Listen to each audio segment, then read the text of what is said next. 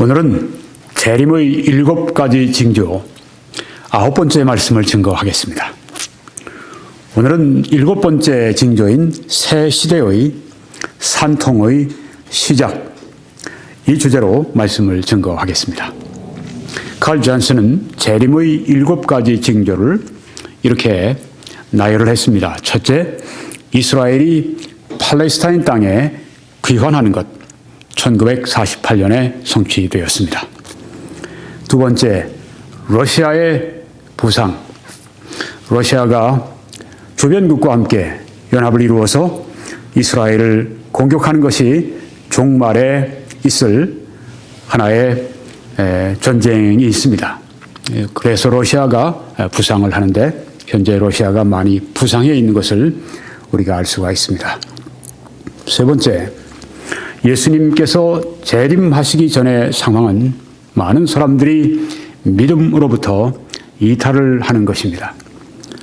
우리가 교회 상황을 보면 안타깝습니다. 부흥이 있는 지역은 제한되어 있고 많은 지역이 믿음이 식고 믿음으로부터 이탈해 있고 그런 현상들을 우리가 곳곳에서 찾아볼 수가 있습니다. 그래서 바로 이런 현상이 그리스도의 재림의 징조로 우리가 알 수가 있는 것입니다. 네 번째는 에큐메니칼 운동, 달리 얘기하면 WCC, 세계교회 연합운동입니다. 연합한다고 하는 것은, 일치한다고 하는 것은 좋은 일이지만은 진리를 타협하고 하나님의 말씀을 훼손하면서 연합하는 것은 결코 하나님을 영광스럽게 해드릴 수가 없습니다. 그것은 사람들의 교제에 불과하지, 선의의 교제에 불과하지, 그것은 하나님을 영광스럽게 해드릴 수가 없습니다. 하나님의 말씀을 우리가 희석하고 진리의 말씀을 타협하고 그렇게 해서 우리가 진짜 주 안에서의 참된 교제를 할 수 없다고 하는 것도 분명한 일입니다. 에큐메니칼 운동이 지금 전 세계적으로 보편적으로 지금 이루어지고 있습니다. 이것도 예수 그리스도의 오시기 전에 일어날 현상, 앞으로 세계교회가 이루어지는데 하나의 전초적인 그런 상황이 되는 것으로 많은 세대주의자들은 그렇게 이해를 하고 있습니다. 세대주의라고 하는 것은 하나님의 말씀을 문자적으로 해석을 하는 사람들입니다. 이 성경에 나오는 이 말씀을 문자적으로 해석을 하는데 오늘 이제 어떻게 그런 방법으로 해석하는지를 또 보여드릴 것입니다. 그렇지만 이 개혁주의에서는 이 종말론적인 이 말씀들을 상징적으로 해석을 합니다. 그래서 여기 성경에 나오는 이런 현상들이 바로 교회를 압박하고 박해하고 공격하고 교회를 죽이려 드는 그런 사탄과 세상과 또 악한 사람들의 연합이라고, 그래서 교회와 전쟁을 벌이고 그렇지만 결국에는 교회가 승리한다고 하는 그런 이해로 이 종말론을 이해하고 있습니다. 해석하고 있습니다. 그렇지만은 이 문자적인 해석을 하는 이 세대주의에서는 성경 말씀에 있는 그대로의 사건들을 그대로 조명하고 드러내는, 그리고 그것을 믿는 그런 이 이해적인 이해를 하는 것이 바로 이 세대주의입니다. 이제 오늘 거기에 대해서 또 한 가지 구체적으로 말씀을 드릴 것입니다. 예수 그리스도께서 재림하시기 전에 5번째 징조는 세계의 열강 4대 진영이 구축하는 것입니다. 어디입니까? 중국 캠프입니다. 러시아 캠프입니다. 또 아랍 캠프입니다. 그리고 유럽 연합 캠프입니다. 이런 것들이 바로 성경에 나오는 마지막 시대에 있을 정치적인 그런 상황이라고 하는 것을 우리가 이 성경을 통해서 찾아볼 수가 있다는 것입니다. 6번째는 예수 그리스도 오시기 전에 여행과 지식의 증가를 꼽습니다. 지난번에 말씀드린 것처럼 그냥 단순히 사람들이 빨리 왕래하며 지식이 더하리라고 하는 그 말씀, 다니엘서 12장 4절의 그 말씀을 여행과 지식의 증가로 그렇게 해석하는 분들이 참 많이 있습니다. 많은 성경을 주석하는 분들, 성경을 강의하는데 더 많이 이렇게 헌신하는 분들은 어떻게 보는가 하면은 거기에 그 지식이 증가한다는 그 말은 바로 다니엘서와 같은 그런 그 종말에 있을 일에 관해서 예언하는 그 예언에 관한 말씀들을 더 많은 사람들이 연구하고 그 상황이 우리 가운데서 세상 가운데서 보여지기 때문에 바로 그 예언서에 대한 깨달음과 지식이 증가하는 것이고, 사람들이 빨리 왕래한다고 하는 것은 그 예언서를 우리가 공부하고 거기에 큰 수고를 들이고 바로 그런 것들 사람들이 빨리 왕래하는 것으로 무엇인가를 찾는, 진리를 찾는, 예언서의 그 말씀을 찾는 것으로 그렇게 해석한다고 말씀을 드렸습니다. 7번째는 오늘 이제 말씀을 드리게 될 주제인데요. 예수님 재림하실 때 새 시대의 산통이 시작이 된다고 하는 것입니다. 어머니가 아이를 낳을 때 이제 새로운 아이가 출생을 하게 됩니다. 그 산통을 통해서. 마찬가지로 이 시대적인 산통을 통해서 새로운 시대가 시작이 된다고 하는 것입니다. 가까이는 환란 시대고 7년 환란이고, 또 그 다음에는 예수 그리스도의 재림이고, 그 다음엔 천년 왕국이고, 그 다음에는 이제 영원한 세계가 오게 되겠죠. 오늘 이제 종말의 징조, 그 산통이 무엇인가에 대해서 말씀을 드리려고 합니다. 이 종말의 징조는 무엇인가? 마태복음 24장에 보면 이 종말의 징조를 말씀을 하고 있습니다. 조금 간략하게 보면은 마가복음 13장에, 누가복음 21장에 이렇게 종말의 징조에 관한 말씀이 나옵니다. 그러니까 성경의 마태복음 24장은 무엇에 관한 말씀인가? 마지막 때에 관한 이 세상 끝의 일에 대해서 예수님께서 교훈해 주신 말씀이라고 보면은 분명하다고 하는 것입니다. 여러분이 여기 지금 보시게 되면 왼쪽에 십자가가 있습니다. 그리고 십자가 뒤로 파란 이 컬러 색깔이 교회 시대를 지금 의미하고 있습니다. 교회 시대는 지금입니다. 교회 시대는 예수님의 십자가 이후에 그 이후로 시작되는, 지금까지 계속되는, 또 앞으로 마칠 때까지, 교회 시대가 마칠 때까지 지속이 되는 교회 시대, 은혜의 시대, 복음의 시대인 것입니다.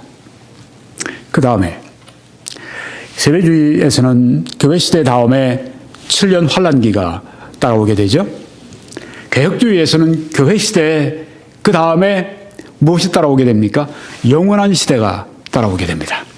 그렇지만 세대주의에서는 교회 시대 7년 동안에 7년 환란기가 따라옵니다. 그 다음에 또 하나가 있습니다. 천년 왕국 시대가 따라오게 됩니다.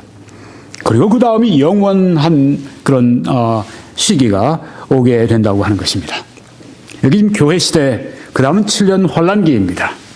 칼 존슨은 이 마태복음 24장을 이렇게 설명을 합니다. 마태복음 24장 1절로 8절까지는 언제 시대를 말하는가? 현재 시대를 말하고 있다. 즉 교회 시대를 말하고 있다 하는 것입니다. 그리고 마태복음 24장 9절로 28절까지는 어떤 시대를 말하고 있는가? 7년 대환란을 시대를 말하고 있다. 이렇게 본다고 하는 것입니다. 마태복음 24장 1절로 8절까지는 현재 교회 시대에 대한 말씀을 거기에 하는 것이고, 마태복음 24장 9절로 28절까지는 7년 대환란 시기에 대해서 예수님께서 말씀하시는 종말에 대한 말씀을 그렇게 하신다고 하는 것을 칼 존슨은 말을 합니다. 그런데 다 그렇게 믿는 것은 아닙니다. 조금씩 다릅니다. 유명한 존 월버드 박사님, 그분의 이 마태복음 24장에 대한 이 해석을 이렇게 말씀을 드리면 조금 더 구체적입니다. 1절, 마태복음 24장 1절, 2절은 무엇인가? 성전의 멸망에 관한 예언의 말씀이다. 예루살렘에 있는 그 성전을 말합니다. 예수님이 성전이 멸망할 것을 예언하신 것이죠. 돌 하나도 돌 위에 남기지 않고 무너지리라, 그렇게 예수님께서 제자들에게 예언을 하셨습니다. 물론 그 예언이 이루어졌죠. 조금 이따 말씀드릴 것입니다. 그러고 나서 3절에 보면은 마태복음 24장 3절에 제자들이 질문하기 시작합니다. 제자들의 질문이 나옵니다. 그리고 4절에서부터 14절 말씀까지는 현재 시대, 교회 시대가 어떻게 진행될 것인가, 교회 시대에 어떤 그런 현상들이 있을 것인가 하는 것을 말씀하고 있다, 이렇게 이해를 합니다. 여러분이 한번 이제 돌아가시면 마태복음 24장을 직접 보시고 여러분들도 한번 이렇게 나눠보시기 바랍니다. 자, 그 다음에 15절에서 25절까지는 그게 바로 7년 대환란의 징조를 말씀하고 있다, 이렇게 본다고 하는 것입니다. 이게 바로 존 월버드 박사님이 마태복음 24장, 즉 종말에 관해서 예수님이 예언하시고 말씀하신 그 마태복음 24장이 바로 이렇게 구성이 되어 있다, 이렇게 아웃라인이 되어 있다, 이렇게 개요를 우리가 만들 수 있다, 정리해보면 이렇다, 그런 것입니다. 1절로 2절까지는 성전의 멸망에 관한 예수님의 예언, 3절은 제자들의 질문, 4절에서 14절까지는 현재 교회 시대의 과정을 말씀하고 있고 15절에서 25절까지는 대환란, 7년 대환란의 시기, 거기에 징조를 말씀하고 있는 것이다, 이렇게 본다고 하는 것입니다. 조금 다르죠? 네, 앞에 여러분 다시 보시면 칼 존슨은 1절, 마태복음 24장 1절로 8절은 현재 교회 시대고 9절로 28절까지가 7년 대환란을 말씀하고 있다, 이렇게 보는데 존 월버드 박사님은 1절로 2절은 성전의 멸망에 관한 예언이고 3절은 제자들의 질문을 적어놓은 말씀이고 4절에서 14절까지 현 시대의 과정이다, 이렇게 보는 것입니다.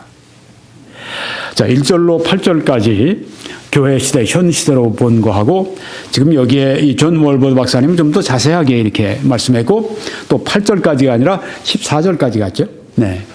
그 다음에 9절부터 칼 존슨은 9절부터 28절까지가 7년 대환란에 관한 말씀이다. 그런데 이 존 월버드 박사님은 15절에서부터 25절까지가 7년 대환란에 관한 말씀이다. 같은 세대주의자이지만 이렇게 서로 다른, 약간 다르게 이렇게 이 24장을 이해를 하고 있는 것을 볼 수가 있습니다. 네. 세대주의자들도 다 똑같은 게 아니라 이렇게 좀 마이너한 거죠. 네. 아주 뭐 굉장히 본질적인 것이 아니라 이렇게 좀 분류하고 이러는 것에 차이가 있는 것을 볼 수가 있습니다. 마태복음 24장 1, 2절 말씀에서 제가 읽겠습니다. 예수께서 성전에서 나와서 가실 때 제자들이 성전 건물들을 가리켜 보이려고 나오니 대답하여 이르시되 너희가 이 모든 것을 보지 못하느냐? 내가 진실로 너희에게 이르노니 돌 하나도 돌 위에 남지 않고 다 무너뜨려지리라, 이렇게 말씀을 했습니다. 자, 여기 돌 하나도 돌 위에 남기지 않고, 이건 완전히 아주 무너진다고 하는 말씀이에요. 이건 보통 무너짐이 아니라 완전히 무너지는 걸 말합니다. 여기 지금 성전, 지금 바라보는 성전은 대단한 성전입니다. 그것은 솔로몬의 성전이 무너진 다음에 돌아온 이스라엘 사람들이 스룹바벨을 중심으로 해서 성전을 지었는데 바로 그러니까 솔로몬의 성전은 1차고 스룹바벨이 지은 성전은 2차 성전인데 2차 성전을 이제 증축도 하고 아주 더 잘 꾸미고 완전히 이 모습을 멋있게 바꿔놓은 것이 헤롯 대왕인데 그 헤롯 성전이라고 말도 하지만 본래 스룹바벨 성전을 그렇게 더 멋있게 만들어 놓은 것입니다. 이 헤롯 성전이 대단한 것이었습니다. 거의 80년 동안 지었기 때문에 이건 아주 굉장한 그런 그 당시 세계에서 불가사의 같은 7대 불가사의 중에 하나로 그렇게 이해를 할 만큼 뛰어난 그런 그 건축물이었습니다. 바로 그 건축, 어마어마한 장엄하고 아름다운 건축물을 향해서 예수님께서 돌 하나도 돌 위에 남기지 않고 다 무너질 것이라고 말씀을 했습니다.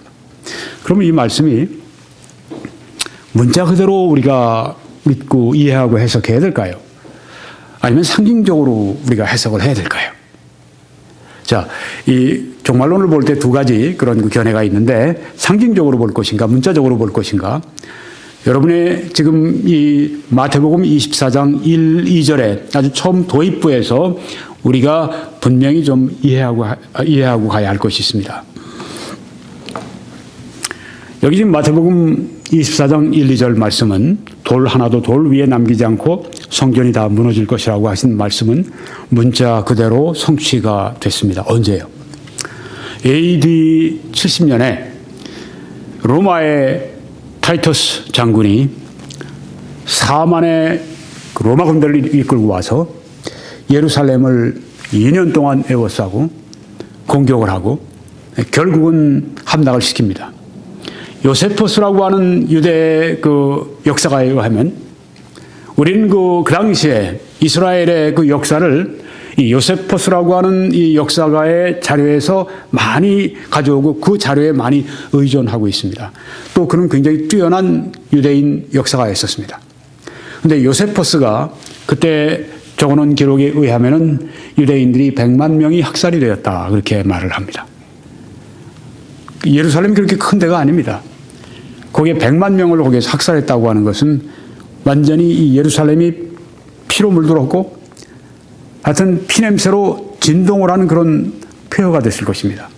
그때 모든 걸 다 허물었는데 그리고 불을 질렀는데 성전에도 불을 질러버렸습니다. 군대에서요.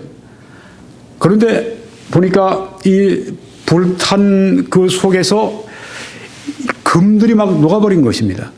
안에 있던 이 성전에 있던 그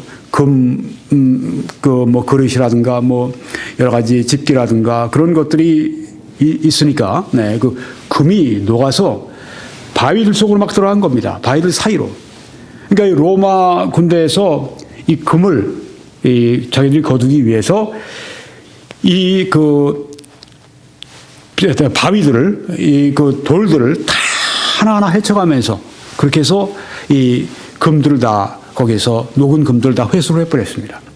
그러는 바람에 예수님 말씀하신 대로 돌 하나도 돌 위에 남지 않고 다 무너진다고 하신 그 예언의 말씀이 문자 그대로 성취가 된 것입니다. 지금 여러분이 여기 보시는 이 사진에 이건 웨일링 월이라고 하죠. 거기에 유대인들이 이제 가서 늘 기도를 합니다. 통곡의 벽이라고 그렇게 말을 합니다. 왜? 거기서 통곡하면서 기도를 하니까. 거기가 바로 솔로몬의 성전이 지어졌던 터입니다. 그 무너진 로마 군대가 그 다 무너뜨린 그 돌들을 가져와서 쌓아놓은 곳이 바로 저기입니다. 저 뒤에 황금 돔으로 된 모스크, 모슬렘 사원은 전 세계에서 모슬렘들에게 두 번째로 중요한 아주 중요한 모스크입니다. 지금 요르단이 관리를 하고 있죠. 거기를 지금 사실상 군사적으로 정치적으로 이스라엘이 이 구 예루살렘을 다 지배하고 있지만은 바로 그 성전 부지 있는데 거기만큼은 요르단에게 그냥 주었습니다. 요르단으로부터 1967년 전쟁할 때 다 뺏어버렸는데 여기 이 통곡의 벽하고 여기 전체를 다 구 예루살렘을 다 예루살렘으로부터 다 뺏었는데 성전 부지만큼은 모스크도 있고 하기 때문에 그냥 요르단의 관리에 맡겼습니다. 저기가 바로 지금 유대인들이 정통 유대인들이 제3성전을 지으려고 지금 노리고 있는 장소가 바로 저기입니다. 저희가 바로 솔로몬의 성전이 서 있던 그 자리라고 유대인들은 확신하고 있기 때문입니다.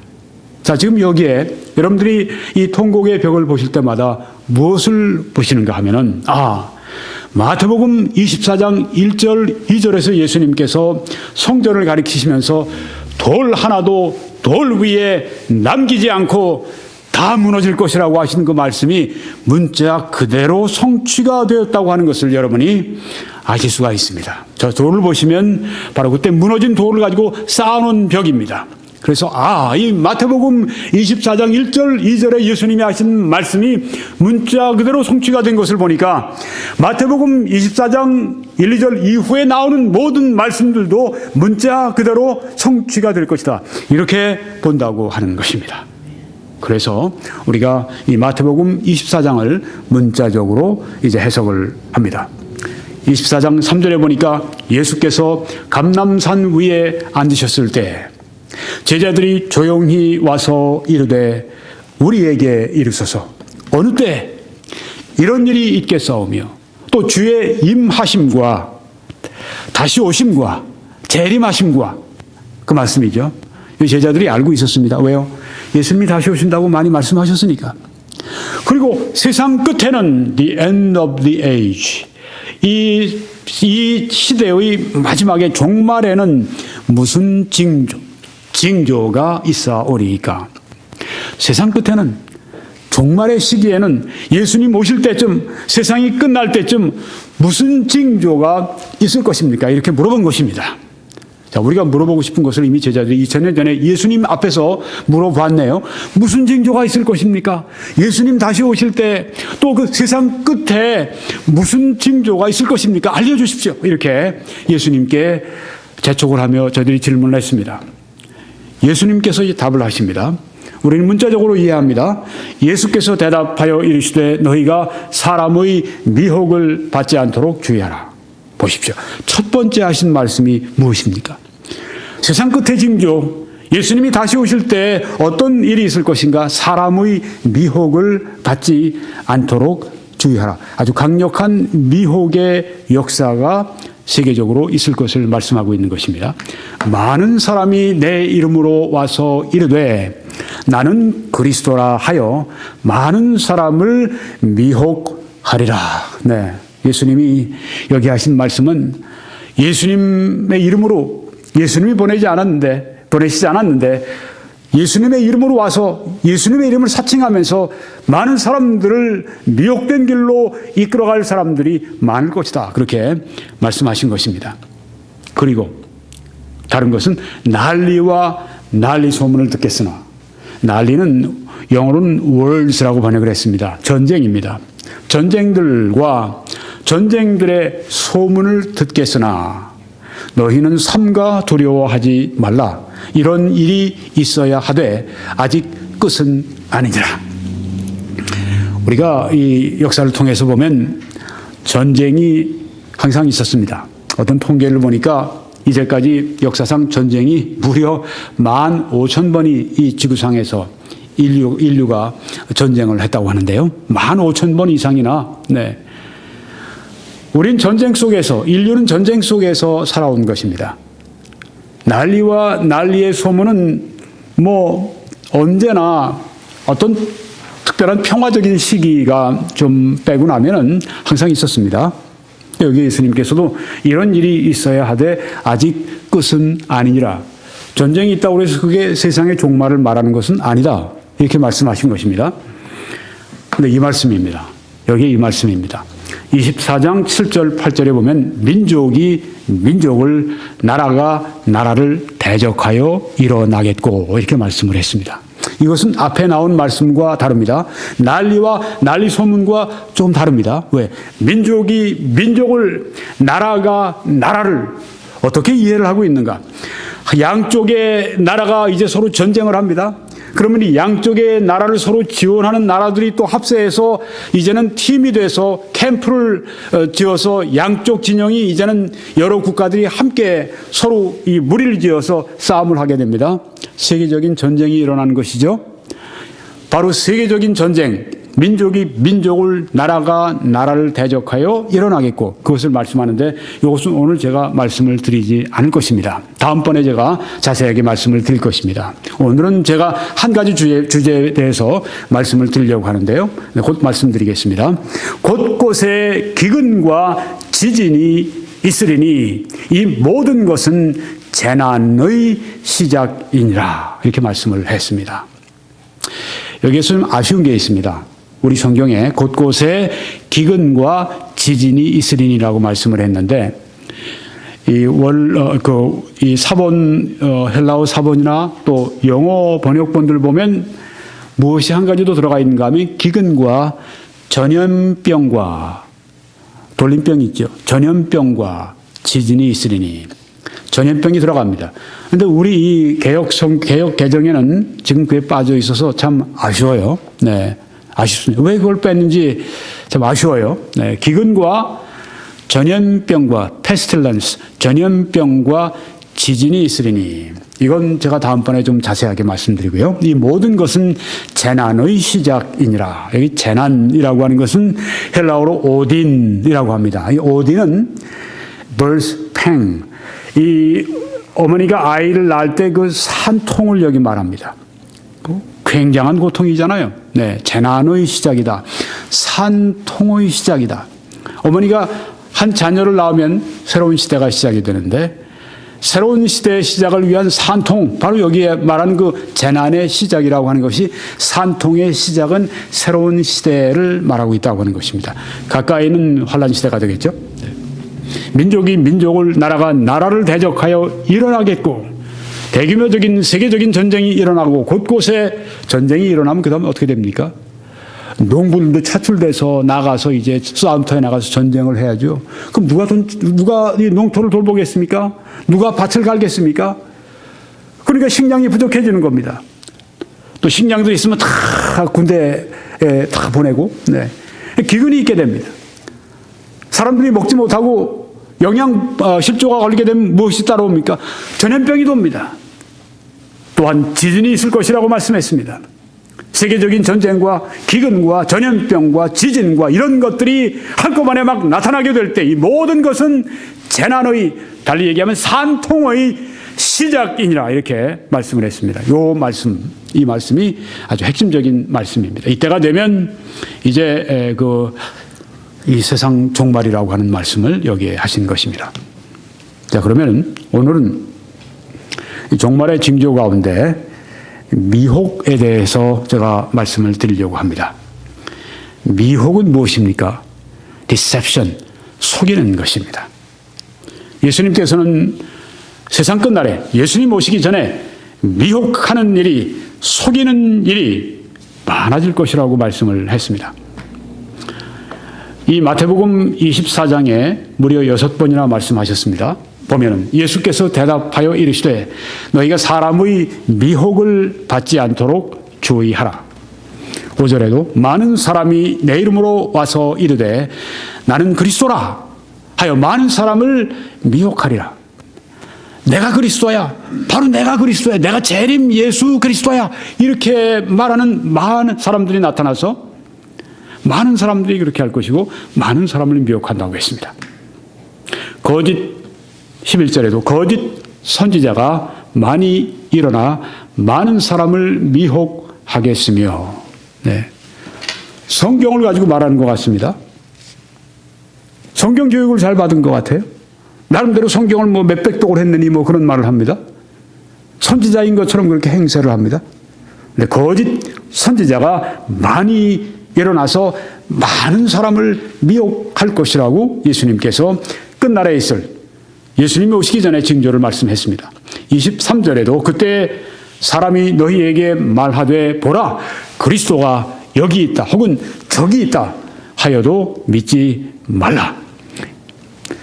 거짓 그리스도들과 거짓 선지자들이 일어나 큰 표적과 기사를 보여 할 수만 있으면 택하신 자들도 미혹하리라. 그 미혹이 얼마나 강력한지 택하신 자들도, 구원받은 그 사람들도 미혹을 한다고 했습니다. 표적과 기사를 나타내 보이면서 하니까 진짜인 줄로 그렇게 미혹된다고 하는 것입니다. 26절에도 또 예수님이 다시 미혹에 대해서 말씀하십니다. 그러면 사람들이 너희에게 말하되 보라 그리스도가 광야에 있다 하여도 나가지 말고 보라 골방에 있다 하여도 믿지 말라고 말씀을 했습니다. 사람들의 미혹이 있을 것을 예수님께서 여기에서 말씀했습니다. 언제요? 세상 끝날에 주님이 오실 때 미혹이 있을 것이라고 말씀했습니다. 물론 그동안에 여러 미혹하는 사람들이 나왔습니다마는 우리가 이 마지막 시대 주님이 오시기 전에는 그 미혹의 강도가 훨씬 더 강해지리라 이렇게 예상할 수 있습니다. 지금 여러분이 보시는 사진의 인물은 M.R. 디한 목사님인데 이분은 Our Daily Bread라고 하는 매일의 양식, 우리 뭐 한국에도 번역돼서 매일같이 이제 그 보는 뭐 자그마한 어떤 그 단상 그리고 성경 구절 그런 거 있죠. 네, 그걸 시작한 분입니다.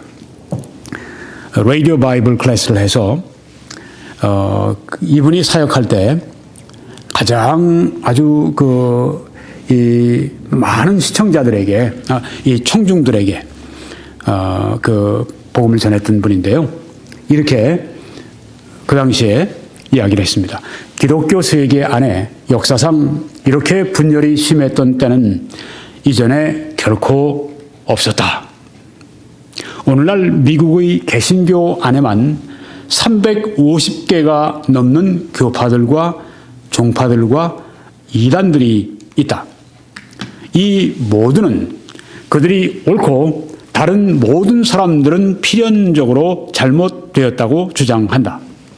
미국에서 새로운 이단이 매달 하나씩 튀어나온다고 한다. 그 당시에 미국에서 한 달에 하나씩 새로운 이단이 나왔다고 하는 이야기입니다. 이단이 얼마나 많은지를 알 수가 있죠. 네. 그리고 그것의 가르침이, 이 이단들의 가르침이 얼마나 환상적이고 황당무계하고 제멋대로일지라도 기꺼이 미혹되는 자들이 항상 있어 왔다. 이단들은 항상 이 성경이 말씀하고 있는 것 그 이상으로 과장되게 말을 합니다. 예수님이 오신다고 말씀을 하면 예수님이 지금 오셨다고 그렇게 과장되고 아니 거짓말을 하고 있는 것이죠. 교리 사기를 하고 있는 것이죠. 황당무계한 이야기를 합니다. 신천지 같은 데도 보면은 뭐 14만 4천이 이제 신천지인들이 채워지게 되면 그다음에 하늘에 무슨 뭐 순교한 영 14만 4천이 이 신천지 14만 4천 명에게 이제 뭐 합의를 한다고 그러죠. 뭐 하나가 돼가지고 뭐가 이루어지고 뭐 그런다고 이 얘기를 하는데 성경에 그런 말씀이 있나요? 있습니까? 전혀 없죠. 전혀 없습니다. 14만 4천이 시온에서 어린 양과 함께 새 노래를 부르는 것이 나옵니다. 신천지에서는 그 새 노래를 부른다고 하는 것은 무엇이냐? 그것은 이만희 계시, 이만희 거짓 교리, 네. 이만희 교리 사기를 말한다. 이렇게 이야기를 합니다. 네. 새 노래. 14만 4천이 부르는 새 노래가 무엇인데 그 이만희, 그 거짓 교리, 그러라고 이야기를 합니까? 그 사람들은, 신천지 사람들은, 우리만 알고 있어. 이렇게 얘기를 합니다. 우리만 알고 있지, 그 새 노래. 새 노래가 뭐냐고 얘기하면요. 다른 게 아닙니다. 이만희의 가르침입니다. 이만희 씨의 교리입니다. 이만희 씨의 황당무계한 그런 그 종교 소설을 말하고 있습니다. 성경과 정반대가 되는 신성 모독적인 그런 이야기들. 예수 그리스도의 보혈은, 예수 그리스도의 이 부활은 성경에 말씀한 것처럼 그리스도가 몸으로 부활하신 것이 아니라 그리스도는 영으로 부활을 했다. 이렇게 하면서 성경을 거짓말로 만들어 놓고 성경을 사기하는 책으로 만들어 놓고 그렇게 자기가 사기한 내용을 가지고 이것을 믿는 것이 예수 그리스도의 보혈을 믿는 것이다. 이렇게 얘기하는 것이 신천지의 실체입니다. 신성 모독하는 교리죠. 그런데 그런 것들이 새 노래예요? 구원의 새 노래? 그게 어떻게 구원의 새 노래가 됩니까? 그게 저주의 새 노래가 되는 거죠. 지옥의 새 노래죠. 그게 어떻게 천국의 새 노래가 될 수가 있습니까? 천국의 새 노래는 우리 주 예수 그리스도의 보혈이 들어있어야 됩니다. 그런데 예수 그리스도의 보혈이 뭐냐? 그것은 예수 그리스도께서 육체로 오신 게 아니라, 부활하신 게 아니라 예수 그리스도께서는 영으로 부활했다고 하는 이런 교리 사기. 이게 바로 그리스도의 보혈이라고 가르치는 이런 진짜 신성 모독적인 이런 교리. 그런데 그거 믿는 사람들이 있더라고요. 열심히 믿더라고요. 아니, 심지어 저를 설득을 하려고 그래요. 댓글에 조 아무개인가 하는 사람이 계속해서 이메일도 보내오고 댓글에 달아놓습니다. 뭐 제주에 무슨 뭐 영주일보인가 인터넷 신문인데 그걸 떡 링크해 놨어요. 제가 뭘 해놨는가 한번 제가 들어가서 좀 봤어요. 근데 뭐 신천지 어떤 이 산하에 있는 신문 같아요. 네. 영주일보인가 뭔가 해놓고 난 다음에 거기에 신천지에 누가 글 쓴 걸 뭐 어떻게 기사화한 것처럼 그렇게 슬쩍 꾸며서 해놨는데 제가 볼 때는 참 아주 진짜 빤히 보이는 수법인데, 네, 그러면서 거기에 뭐 다 얘기를 합니다. 이런 얘기를 합니다. 우리가 교회에 들어가서 우리 자신을 드러내지 않는 이유는 양도둑질 하려고 하는 그 말이죠. 네, 속이고 거짓말하고 그러는 이유가 있는데 우리를 다 거부하는데 우리는 복음은 전해야 되겠고 사람들은 교회에서는 우리가 다 나쁘다고 그렇게 선전을 해놨으니 우리가 우리 자신을 속이고 가서 어떻게든지 복음을 전해야 되는 것 아니냐 이런 얘기를 합니다. 네. 기가 막힌 일이죠. 네. 도둑도 할 말은 있는 겁니다. 네. 강도도 할 말은 있는 거예요. 참 기가 막혀서. 그리고 그걸 계속해서 댓글을 자꾸만 올려놔요. 저한테 그 이메일도 보내오고 제가 그 이메일 받으면 어떡하겠습니까? 잽싸게 그냥 쓰레기통으로 집어넣죠. 네.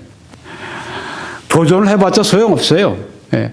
제가 얼마나 열심히 모니터를 하는지 뭐 때로는 제가 조금 몇 시간 할 때도 있지만 딱 보면 요거 따끈따끈해요.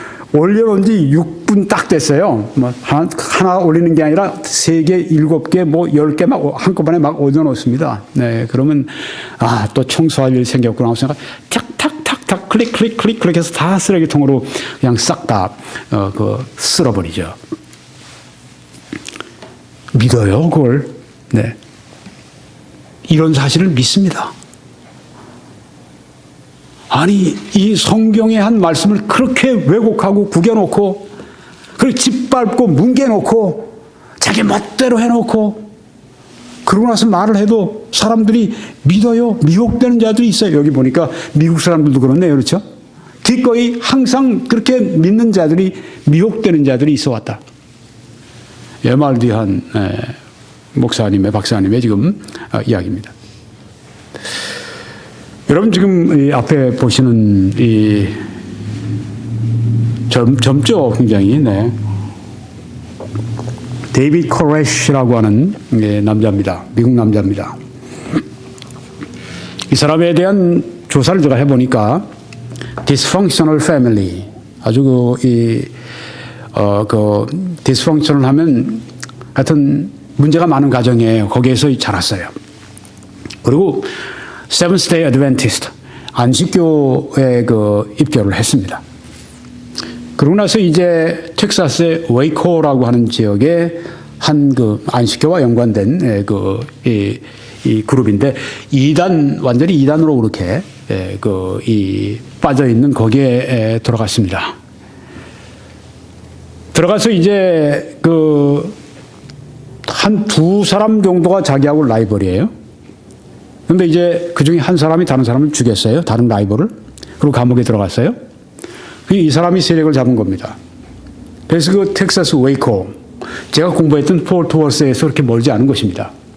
그 웨이코라고 하는 거기에서 이제 큰 땅을 이제 매입하고 거기에 이제 예배당 같은 것도 지어놓고 크게 사람들이 이제 거기에 이단 이 신도들 집도 다 이렇게 해놓고요. 그 사람들 옷 입은 거 보면요. 한 150년, 200년 전에 미국 사람들이 서부 개척할 때 여자들이 입었던 옷 비슷한 걸 입었습니다. 머리도 치렁치렁하고요. 네. 이 사람들이 문화적으로 전혀 일반 다른 사회와 혹은 교회와 교통하고 있지 않다고 하는 것을 단번에 알 수가 있죠.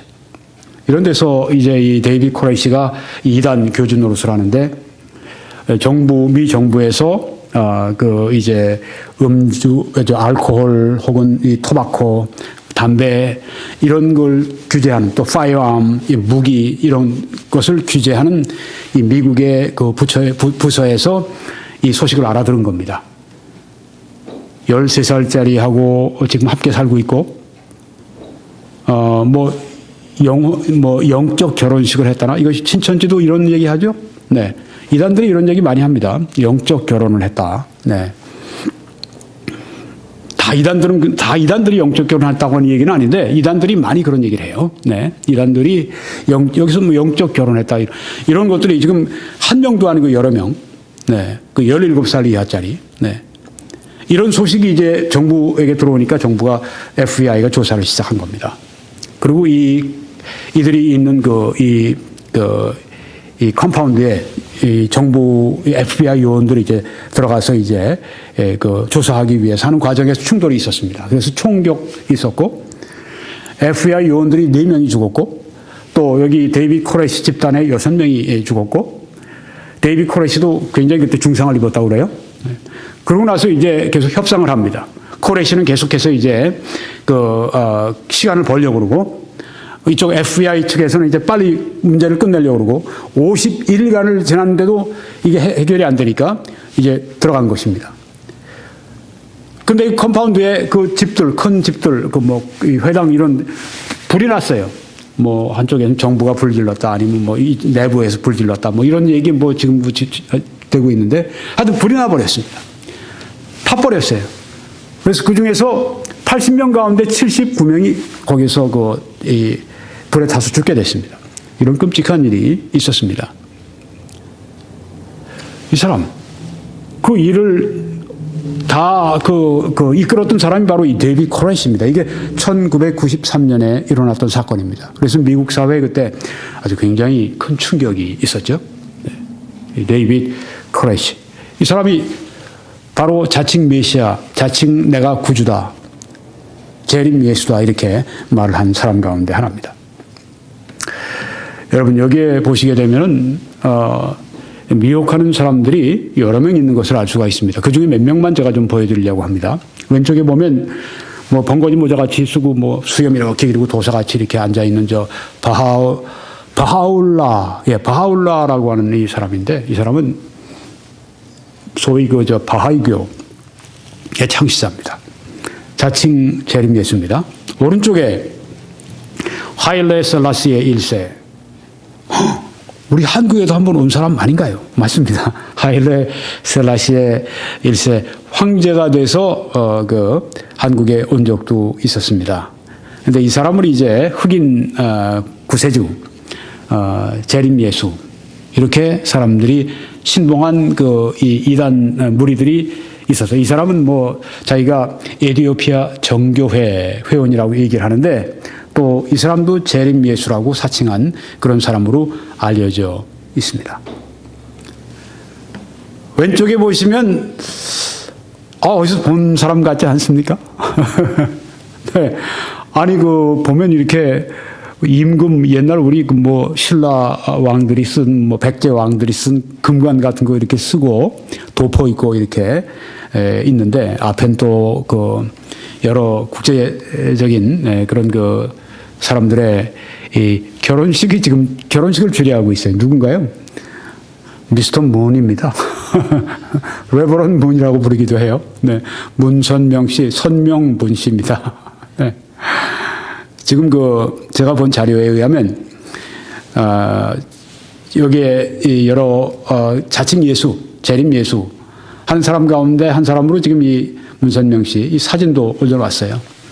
퍼블릭 도메인으로 올려놨습니다. 이런 것들은 이제 누가 써도 괜찮도록 그렇게 올려놓은 것입니다. 저도 지금 여기에 퍼블릭 도메인이기 때문에 올려놨는데, 거기 또 보니까 안상홍 씨도 거기에 있더군요. 이름을 올렸더군요. 안상홍 씨도 자칭 재림 예수다. 이게 영어 자료인데도 하도 유명하다 보니까 이게 나오는 거예요. 네.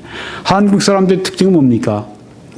이거 뭐 재림 예수 한다 하면 꼭 이런 신용을 해요. 임금 신용을 해요. 네.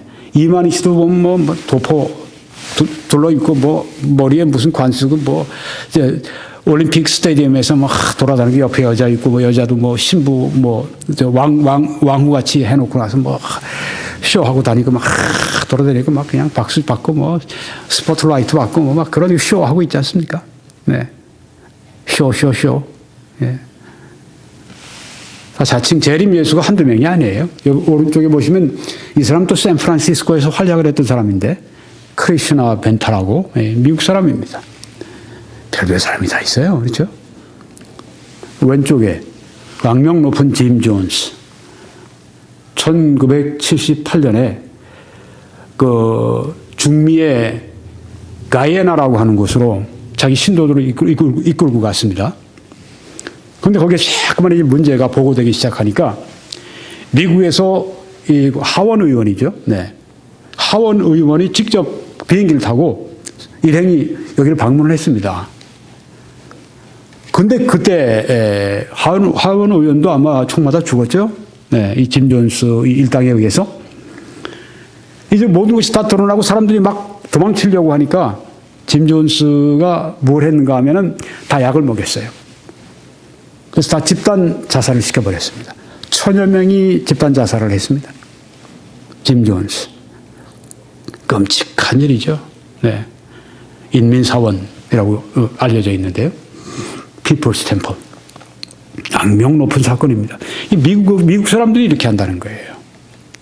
오른쪽에 보시면 라슬로 토스라고 하는 사람인데 이 사람은 그 오스트리아 지질학자라고 합니다. 뭐 원래는 뭐 체코슬로바키아, 헝가리인가 체코슬로바키아 사람인데 이 사람은 또 뭐를 유명한 사람인가 하면은 이 바티칸에 있는 그 성 베드로 성당에 피에타라고 하는 그 미켈란젤로의 그 조각이 있습니다. 예수님이 이제 십자가 위에서 못 박히시고 이제 돌아가신 다음에 예수님의 시신을 그 어머니 마리아가 이제 무릎에 이렇게 올려놓고 아주 슬픈 모습으로 이 예수 그리스도를 바라보는 이런 그 조각상이 바티칸 성당에 이제 문 지나서 들어가면 얼마 있지 않아서 오른쪽에 나타납니다. 근데 그거를 자기가 지질학자니까 이제 뭐 깨고 그러는 그 망치 이런 게 있지 않습니까? 그걸 가지고 거기서 작품을 미켈란젤로의 이게 수백 년 된 이 걸작품을 막 깨뜨려 버리기 시작한 겁니다. 반미치광이죠, 뭐. 그래서 막 그냥 그 경비들이 와서 막 붙잡고 막 끌어내고 그런 대소동을 벌였던 인물이 바로 저 사람입니다. 이런 그 사람들, 이 이단의 교주들, 이런 사람들이 특징이 있습니다. 카리스마가 있어요. 사람들을 끌고 미혹하는 힘이 있다고 하는 겁니다. 이거 걸려드는 거예요. 그들의 마수에. 여기 지금 일부만 여러분들에게 보여드렸습니다. 예수님께서 이런 사람들이 나타날 것을 말씀하셨습니다. 사탄이 쓰는 가장 주요한 무기 가운데 하나가 사람입니다.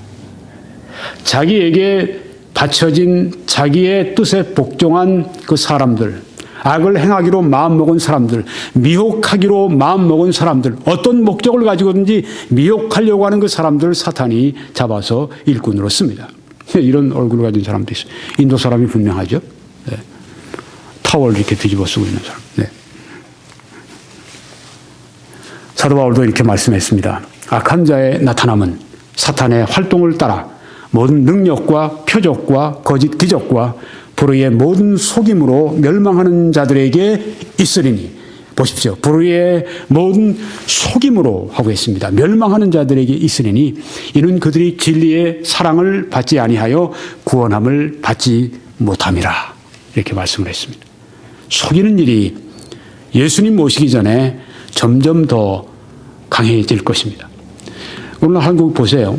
지금 신천지 같은 이런 그 집단은 한국 사회에도 교회에 굉장한 지금 이 해를 입히고 있지 않습니까? 요 얼마 전에도 지지난주인가 수천 명씩 그냥 뭐 자기들 말로는 10,000명씩 뭐 얘기했다고 그러는데 이렇게 10만 명인가 이 신천지 신도들이 주로 젊은 애들 동원해가지고선 그 뭐 CBS 기독교 방송이나 혹은 뭐 한기총이나 뭐 이런 데 앞에서 대규모 시위 벌이고 그렇게 하면서 이런 거 다 폐하라, 폐지하라, 뭐 이런 소동을 벌이고 그랬었습니다. 지금 여태까지 한국에 그동안에 뭐 전도관도 있고 무슨 뭐 다른 통일교도 있었고 뭐 여러 가지 이단이 있었지만 지금 이처럼 신천지처럼 이렇게 한국 교회를 긴장시키고 한국 교회에 막대한 피해를 주는 많은 사람을 미혹한 그 안상홍 증인에도 신천지보다 더 크다고 하는데요. 이렇게 미혹하는 일이 많았던 것은 전례 없는 현상입니다. 이런 현상이 일시적으로만 있을 것이라고 생각지는 않습니다. 점점 더 할 것이라고 생각을 합니다. 그래서 미혹의 절정은 언젠가 7년 대환란기라고 하는 것입니다. 종말이 가까울수록 미혹은 더 강해질 것입니다. 그러면 이제 이것을 말씀드리고 마치려고 하는데요. 어떻게 하면 우리가 미혹을 피할 수 있는가? 유명한 예언을 연구하는 학자 팀 라헤이 박사님의 이 말씀 제가 좀 인용해서 하도록 그렇게 하겠습니다. 어떻게 미혹을 피할 것인가? 첫째, 성경을 알아야 합니다. 요한복음 8장 32절에 진리를 알지니 진리가 너희를 자유롭게 하리라고 말씀을 했습니다. 하나님의 말씀을 알아야 합니다. 그래야 하나님의 말씀이 우리를 자유하게 만들어 줍니다. 하나님의 말씀을 공부하십시오. 하나님의 말씀을 읽으셔야 합니다. 매일 적어도 신약 성경을 여러분들이 진지하게 이 말씀을 가지고 영적인 양식을 취하고 먹을 수 있어야 합니다.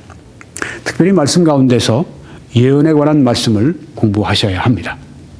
요새같이 예언의 말씀을 가지고 미혹하는 집단들이 기승을 떠는 이런 때에는 예언에 관한 말씀을 우리가 성도들이 교회가 많이 연구하고 우리가 환히 알고 있어야 한다고 생각합니다. 교회에서 믿고 있는 개혁주의에서 어떻게 믿고 있는가, 세대주의에서 또 어떻게 믿고 있는가, 이런 것들을 우리가 다 알 필요가 있다고 하는 것입니다. 제가 말씀드린 것처럼 개혁주의에서 이 종말론을 해석하는 것도 굉장히 은혜가 됩니다. 세대주의에서 해석하는 것 우리에게 굉장히 영적 각성을 줍니다. 양쪽에 좋은 점을 다 취하시기 바랍니다. 여기 에베소 6장 17절에는 성령의 검 곧 하나님의 말씀을 가지라고 했습니다. 이 성경은 우리들에게 공격용 무기라고 하는 것입니다. 여러분이 어떤 원수와 싸움을 할 때, 적과 싸움을 할 때, 검을 가지고 싸움을 할 때 어떻게 해야 되겠습니까? 좋은 검을 가지고 있어야 합니다. 날카로운 검을 가지고 있어야 됩니다. 또한 그 검을 잘 사용할 수 있어야 합니다. 우리가 모든 마귀를 대적하고 그 다음에 모든 일을 한 다음에 서기 위함이라 하고 에베소 6장에 말씀하면서 사탄과 대적해서 싸워 이기는 길, 하나님의 전신갑주를 입는 그 하나님의 전신갑주를 입어야 하는데 하나님의 전신갑주에 있는 것이 바로 이 성령의 검 곧 하나님의 말씀이라고 하는 것입니다.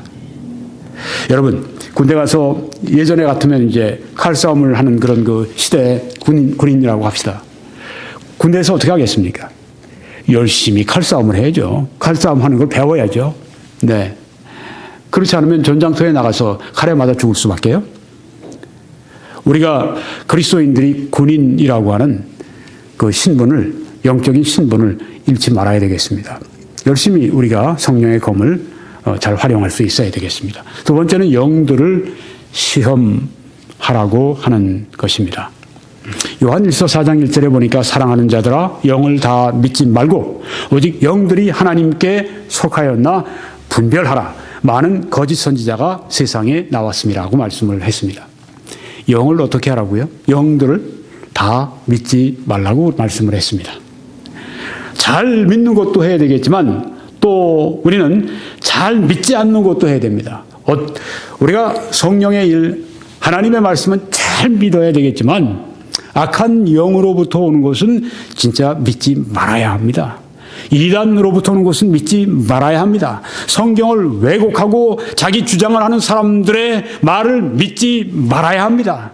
근데 어떻게 믿지 않을 수 있어요? 진리를 알고 있을 때 알 수 있습니다. 지금 제가 아웃라인을 가지고 말씀하는데 좀 전에 말씀드린 그 팀 라이 목사님에게 어떤 여자분이 일주일에 한 번씩 계속 그 예언에 관한 그 편지를 보내온답니다. 이러이러한 일이 있을 것이고 이러한 일이 있을 것이고 그래서 그걸 편지를 가지고 자기가 성경을 가지고 하나하나 비교를 해봤더랍니다. 근데 어떻게 했어요? 성경과 틀리는 게 너무 많은 거예요. 그러니까 이 사람은 가짜 여자 선지자다. 이렇게, 거짓 선지자다. 여선지자다. 이렇게, 판정을 내렸다고 하는 것입니다. 그렇습니다.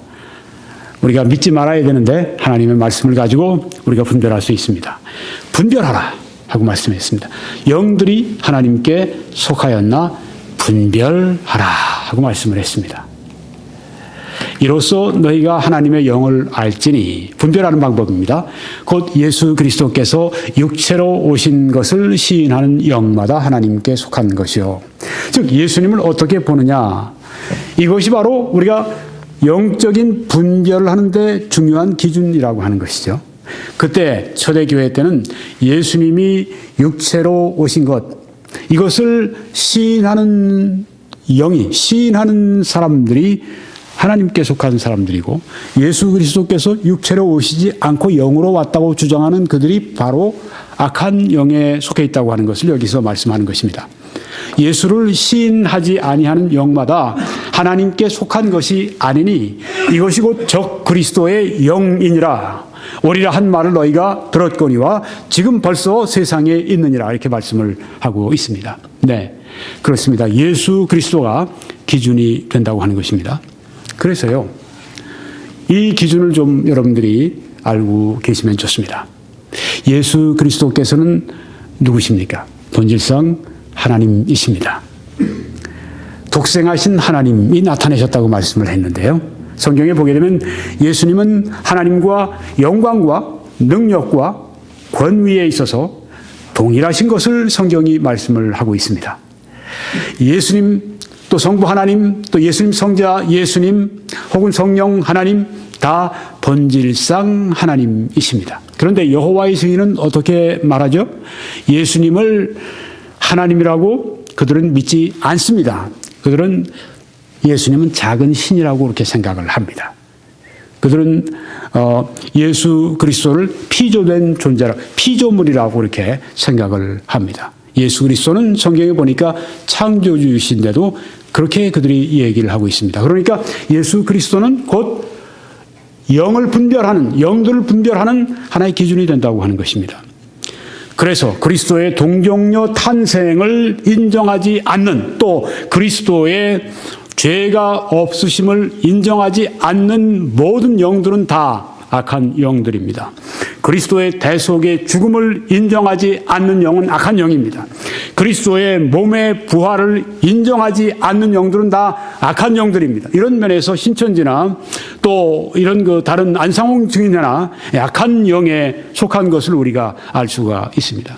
예수님이 몸으로 부활하셨다면 어떠실까요? 저는 예수님께서 제자들에게 나타나셨을 때 이 도마에게 너 여기에 내 이 손바닥에 있는 이 못자국 또 내 옆구리에 있는 이 허리에 있는 상처를 보고 집어넣고 만져보고 믿지 않는 자가 되지 말고 믿는 자가 되라고 말씀했는데 예수님이 아마 다시 오실 때 예수님이 아마 부활하시고 예수님이 다시 재림하실 때 그때 예수님의 그 상처의 흔적이 있으리라 그렇게 생각이 됩니다.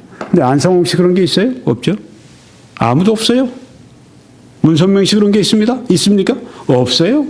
앞서 말한 그 사람도 있습니까? 없습니다. 거짓말하고 있는 것입니다. 그러나 진리의 성령이 오시면 그가 너희를 모든 진리 가운데로 인도하시리니 그가 스스로 말하지 않고 오직 들은 것을 말하며 장래 일을 너희에게 알리시리라.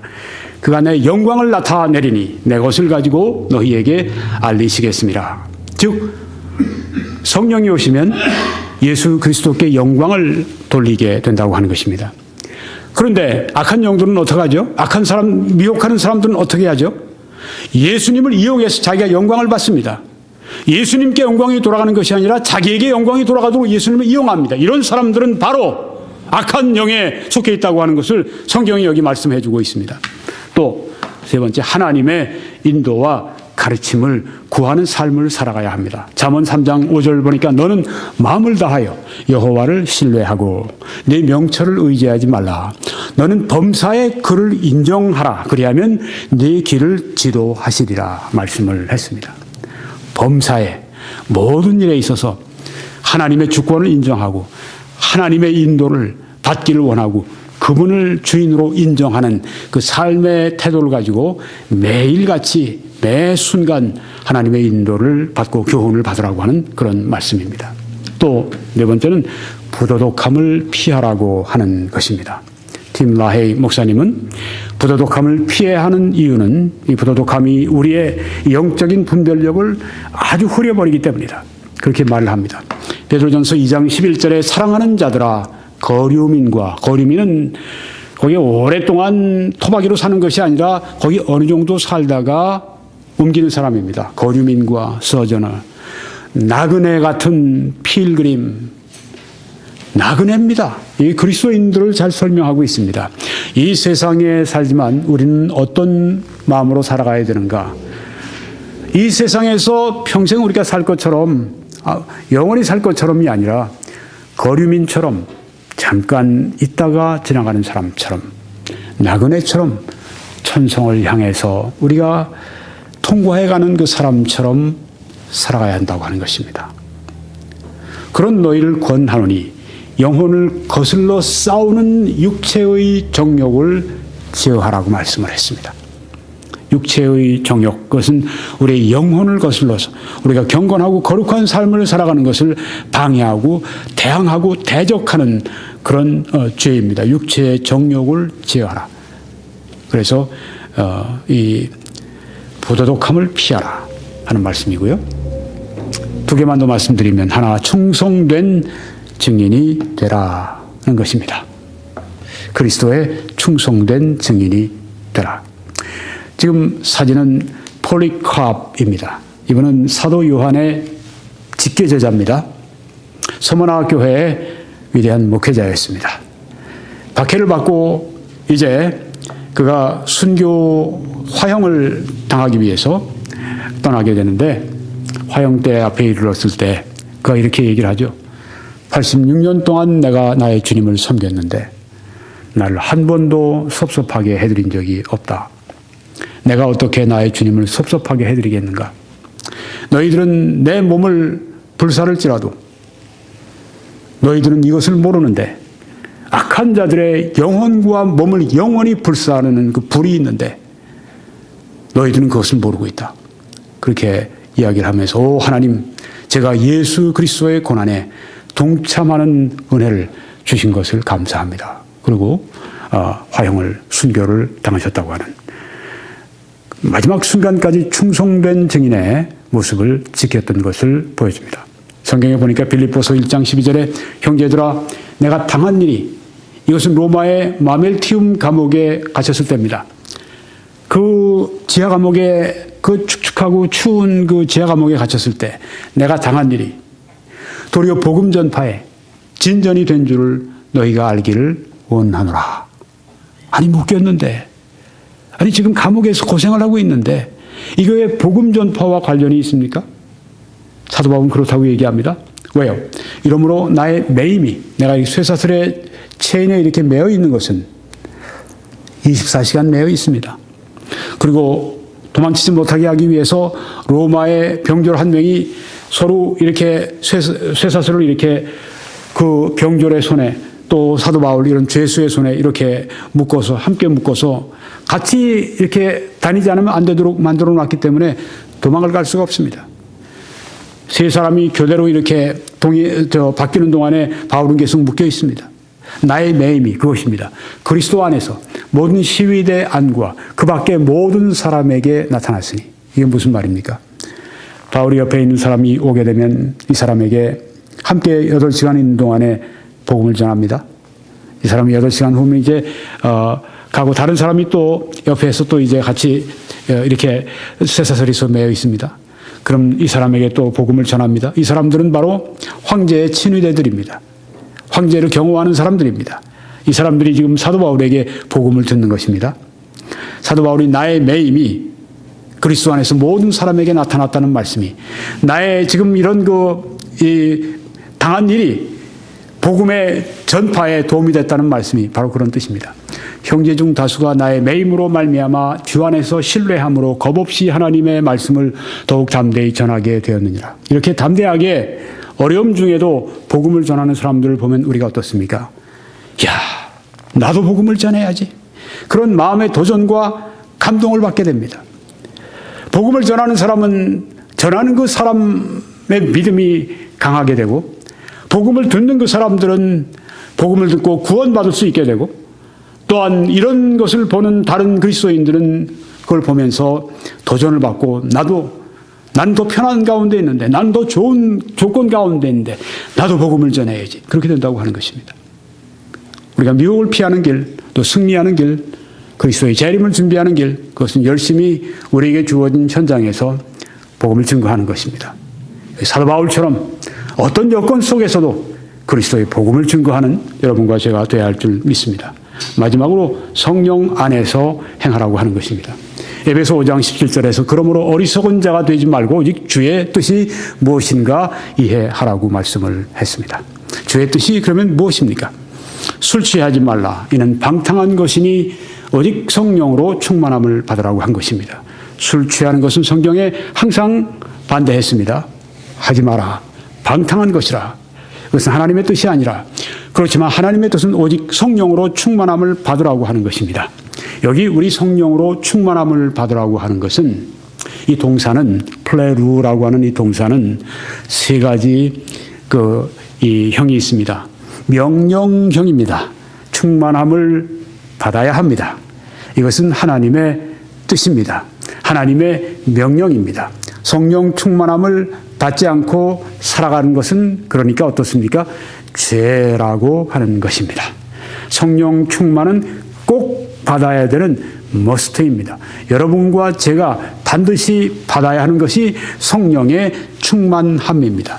구원받고 천국 가는 기쁨으로만 머무는 것은 하나님의 뜻이 결코 아닙니다. 구원받은 성도들이 성령으로 충만함 받는 것이 하나님의 명령이고 하나님의 뜻입니다. 여러분과 저는 성령의 충만함을 반드시 받아야 합니다. 그런데 이것은 받는 것이니까 수동형입니다. 내가 이 성령의 충만함, 달리 얘기하면 성령의 지배를 내가 받아야 하는 것입니다. 술이 취하는 사람들은 어떻게 취합니까? 술을 마심으로 취합니다. 예수님께서 목마르거든 내게로 와서 마시라 하고 말씀하셨는데, 여기 마시는 것은 뭘 말하는 것입니까? 우리가 성령께 순복하는 것입니다. 순간순간, 결정, 매일 매순간 성령의 지배에 우리 자신의 생각과 뜻과 마음과 감정과 모든 것을 성령의 뜻과 지배에 맡기는 것입니다. 성령의 말씀인 하나님의 말씀에 맡기는 것입니다. 그래서 성경에 보게 되면 그리스도의 말씀이 너희 속에 풍성히 거하게 하라 하는 골로새 3장 16절의 말씀이 여기에 말씀한 성령으로 충만함을 받으라는 말씀과 결과가 동일한 걸 볼 수가 있습니다. 성령으로 충만함 받는다고 하는 것은 다른 말로 해서 하나님의 말씀이 내 속에 풍성히 거하는 것을 말합니다. 하나님의 말씀에 내 뜻과 내 생각과 나의 모든 것을 맞추고 그 말씀에 내가 순종하고 순복할 때, 성령의 뜻에 내가 성령의 지배에 내가 맡길 때, 이게 바로 수동형입니다. 성령으로 충만함을 받아라. 성령으로 충만함 받는 것은 성령의 지배 아래 들어가는 것입니다. 또 그것은 현재형입니다.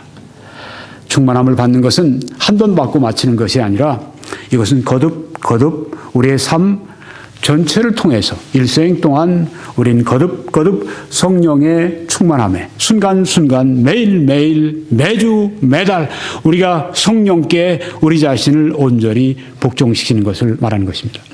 성령의 충만함을 이 세 가지로 여러분이 이해하시면 좋습니다. 왼쪽에 보시면 지금 저기 돛단배가 있죠. 돛단배가 바람을 맞으면 바람을 받아서 그 바람이 부는 방향으로 쫙 바람에 의해서 그 바람이 부는 반대 방향으로 쫙 가게 되어 있습니다. 바로 여기에 성령의 충만함을 받으라는 이 말씀의 뜻이 그것입니다. 성령의 바람을 따라서 가라. 또 오른쪽에 보시면 소금이 있습니다. 소금을 만약에 물에 넣으면 좀 시간이 지나면은 온 이 물의 각 부분에 골고루 이렇게 짠맛이 배어 들어갑니다. 이게 성령의 충만함입니다. 우리 영혼에 성령의 영향력이, 인격이 이렇게 완전히 스며드는 것. 또 위에 보시면 너희 마음에 슬픔이 가득하여도다. 요한복음 16장 6절에 말씀했는데 슬픔이 가득할 때 어떻습니까?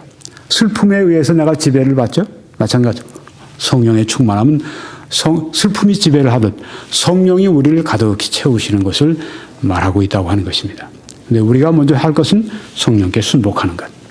네. 결과가 이렇죠? 에베소 5장 17절에 시와 찬송과 신령한 노래들로 서로 화답하며 너희의 마음으로 주께 노래하며 찬송하며 범사에 우리 주 예수 그리스도의 이름으로 항상 아버지 하나님께 감사하며 그리스도를 경외함으로 피차 복종하라. 네. 이렇게 할 때 우리는 예수 그리스도의 재림을 대비하는 삶을 살아갈 수가 있습니다. 이제 결론을 짓고 말씀을 마치겠습니다. 오늘 재림의 7가지 징조 9번째 말씀을 드렸습니다. 새 시대의 산통의 시작. 그 중에서 오늘 종말의 징조, 미혹, 속임에 대해서 말씀을 드렸습니다. 이제 여러분들은 www.21church.com으로 들어오셔서 다른 메시지들을 시청하시길 바라고 또 다른 분들에게 소개해 주셔서 함께 우리가 주님을 알고 주님을 배울 수 있도록 그렇게 함께 손을 잡고 길을 걸어가 주시길 바랍니다. 그렇게 하실 때 하나님의 놀라우신 은혜가 여러분과 함께 하시길 간절히 축원합니다.